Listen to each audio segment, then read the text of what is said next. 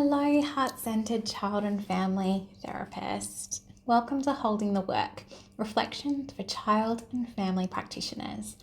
I'm Ashleigh, a children's therapist and social worker supervisor here in Tasmania, Australia.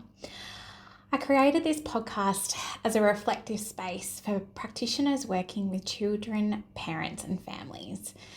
It's a space for us to pause, think about the work and keep growing in ways that are ethical, trauma-informed, relational and really honours the people that we work with as well as you as a practitioner. I'm recording this episode on Mulwinanina country here in the Hobart area of Lutruwita, Tasmania. I acknowledge the Palawa people as the traditional owners of the country that I'm working from today. I pay respects to elders past and present and acknowledge the knowledge, wisdom and law that has been and continues to be shared on this country today. Thank you so much for joining me. I'm really glad that you're here. In this episode of the podcast, I want to have a conversation about trauma-informed care. Not just as a framework that we learn about, but as a way that really shapes how we show up in our sessions, in our decisions, and in the relationships that we build with children, parents, and families. My connection to trauma-informed care isn't just professional. It's also been shaped by my own lived experience of trauma and of receiving both trauma-informed and not so trauma-informed care throughout my recovery. What I've come to understand is this: even when harm isn't intended, it can still be experienced. Some of the interactions that I had that weren't trauma-informed have stayed with me. They've been really impactful and not in the way that we would hope. Those interactions left me feeling quite confused, disempowered, unsure what's happening or why. And at times, those interactions left me feeling really unsafe. I often reflect back and think about how similar those experiences that I had are to the experiences of children and families that we work with. Every interaction we have, whether it's in the therapy room, in a school corridor, over email, during a phone call, they carry weight. They can either deepen safety and trust, or they can slowly erode it. That's why revisiting trauma-informed care principles isn't something we learn or tick off or do in a training. It's something that we could really return to again and again as part of our growth as practitioners. So recently I revisited the trauma-informed care principles in my own work and in my own practice.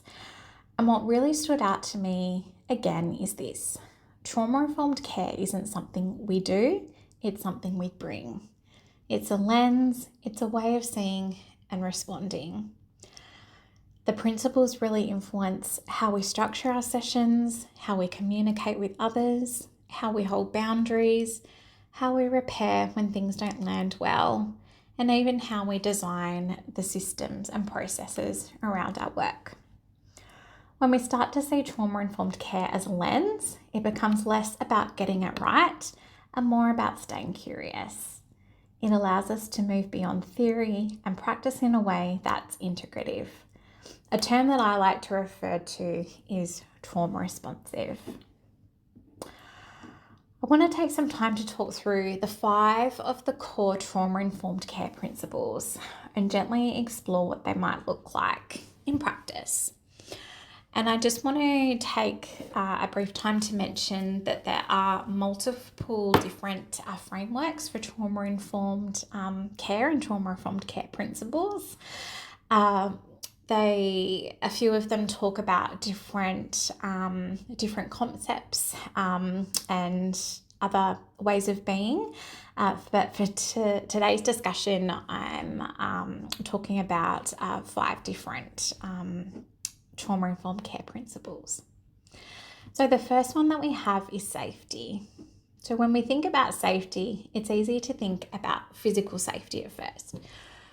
But when we're doing this work, emotional and psychological safety are just as important, if not more.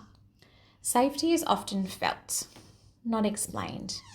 It's communicated through our tone, our pacing, our consistency, and our ability to repair. So for example, a child walks into the playroom and doesn't speak. A non-trauma informed response might be, "Come on, don't be shy, let's get started." While a trauma-informed response might sound like, "It's okay to take your time, you're feeling really unsure. We can go at your pace. In here, you get to decide." That small shift communicates, you're safe, there's no rush, you're not being pushed. The second principle is around trustworthiness and transparency. So trust grows when people understand what's happening and why. Uncertainty can feel really dysregulating, especially for clients who've experienced unpredictability or loss of control. So what we can do is we can make the invisible visible. We can do this by narrating our process. So for example, I'm going to ask a few questions to understand what support might look like or what might be helpful for you. Or you can let me know if you prefer not to answer something yet. These kinds of statements can reduce anxiousness and increase those feelings of trust. So the third principle is around collaboration. So trauma-informed care invites us to notice power and soften it where we can. Particularly in child and family work, power imbalances can be quite significant. Collaboration doesn't mean removing structure or boundaries. It means inviting shared decision making. So for example, it could sound like when we're working with a child, we can start with drawing, talking, or a game. What feels right for you today? Or even, would you like me to suggest something that we could start with, or would you like to choose? These small moments of collaboration can feel deeply regulating. So our fourth principle is around having empowerment, voice, and choice. For many clients, especially children, their lives have been shaped by decisions made for them. So what we can do is we can offer choice. We're not just being flexible. We're supporting their agency. This might look like choosing where to sit, choosing what activity to begin with, choosing whether to answer a question, choosing exactly how, what they want to play with and why. Even small choices matter. They communicate. You get to have a say here. Your voice matters. So the final principle that I'd like to talk about is around having awareness of culture, history, and gender. So this principle really reminds us that people don't exist outside of context, and their experiences are shaped by culture, history, gender, and systems. So trauma doesn't happen in isolation. Often it intersects with these broader factors. So we can approach them with curiosity, not with assumption. When I might ask a parent, what feels important to me to understand your family or your experiences? And we stay open to learning about them. So what I'd like to do is just spend some time sharing about how I applied these trauma-informed care principles into reviewing my own practice and how I do things here at Children's Therapy Tasmania. And when I revisit these principles, I realised something incredibly important, that trauma-informed care doesn't start in the therapy room. It starts much earlier than that. So it starts in the first email or the first interaction that we might have with a parent or family. It happens in the intake process, the information that we provide, the choices that we offer, and even how we might structure our fees. So in my practice, I made some changes. So for example, previously I would discuss my appointment availability during the intake session. But that sometimes meant that families invested in time going through that intake discussion, only to find that the appointment times didn't quite work for them. So now I share my availability upfront and offer options. So adapting that particular way that I work really supports that transparency, that choice, and that sense of collaboration with parents and families. I also created a child-friendly handout to introduce who I am and what sessions might involve. For a child, walking into an unknown space with an unknown adult can feel really big. So giving a handout with a picture of what I look like and sharing some information about what they can do in sessions, this really supports their safety, their predictability, and starts to develop that sense of trust.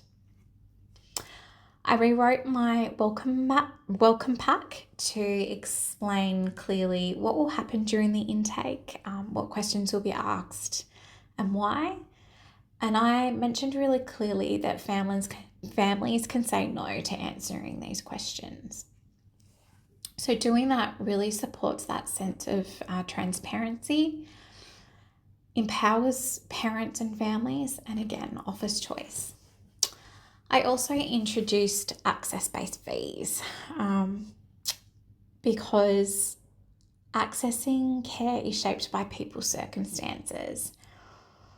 So when I made this change, this really acknowledges that sense of fairness, the impacts on systems, and equality and equity. Some of these changes weren't about doing more. They were more about doing things more intentionally and being more mindful about those trauma-informed care principles. So as we close up this conversation, I'd like to gently invite you into some reflection. So if you'd like, you might like to pause this podcast episode here or come back to these questions a little bit later.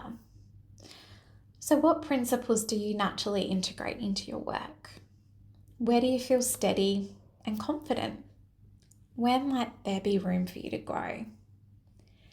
Can you think of a recent moment where a trauma-informed principle shaped your response? What happened?